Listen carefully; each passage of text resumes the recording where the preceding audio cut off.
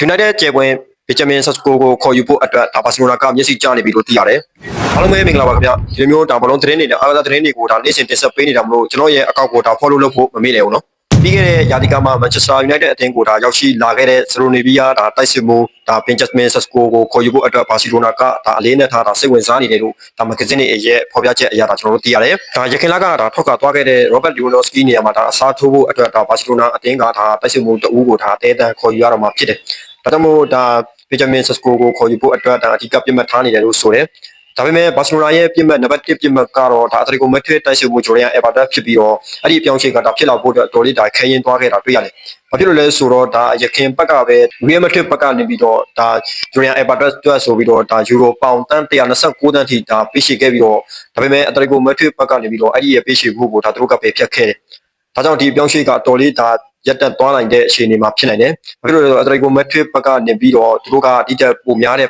ပမာဏနဲ့လိုချင်နေတာ။ဒါကြောင့်ကျွန်တော်တို့ဘာစီလိုနာဘက်ကဒီထက်ဒါပေးနိုင်တဲ့ဒါပမာဏကတော်လေးကိုဒါများနေတာကြောင့်ဒီအပြောင်းအလဲကဒါဖြစ်လာဖို့အတွက်တော်လေးဒါခရင်သွားနိုင်ရေးရှိတယ်။ဒါကြောင့်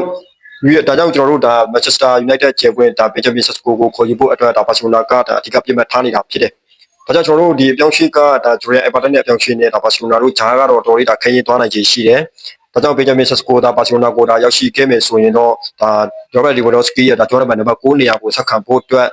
တော်လေးဒါကောင်းမွန်တဲ့အနေအထားတစ်ခုမှဒါရရှိသွားခဲ့မှာဖြစ်တယ်။ဒါပေမဲ့တခုစိတ်မကောင်းတာကဒါ Manchester United အသင်းကလည်းဒါ Benjamin Sesko ကိုဆက်ထိန်ဖို့အတွက်ဒါတော်လေးဒါသူတို့ကလေးနဲ့ထားနေတယ်။ဒါသူ့ကိုဒါဘလောက်ပဲဖြစ်ဖြစ်ဒါ Manchester United အသင်းကဒါသူ့ကိုတရားဝင်ဒါရောက်ထုတ်မှာမဟုတ်ဘူးဆိုတဲ့အကြောင်းကိုလည်း Manchester United ရဲ့ဒါပေးမှာတင်ထားတာတွေ့ရတယ်။ဒါကြောင့်ဒီအပြောင်းအလဲကဒါတော်လေးဒါခရင်သွားနိုင်တယ်။ဒါကြောင့်ကျွန်တော်တို့ဒါဘာစီလိုနာအသင်းကနောက်ထပ်ပြစ်မှတ်ဖြစ်တဲ့သူ့ကိုပဲဒါတွားပြီးတော့ကျွန်တော်တို့ပြစ်မှတ်ထားရအောင်မလဲဆိုတာဒါဆက်လက်ပြီးစောင့်ကြည့်ရအောင်မယ်။ဒါကြောင့်ကျွန်တော်ရဲ့ဒီလိုမျိုးဒါအားသာသတင်းတွေနဲ့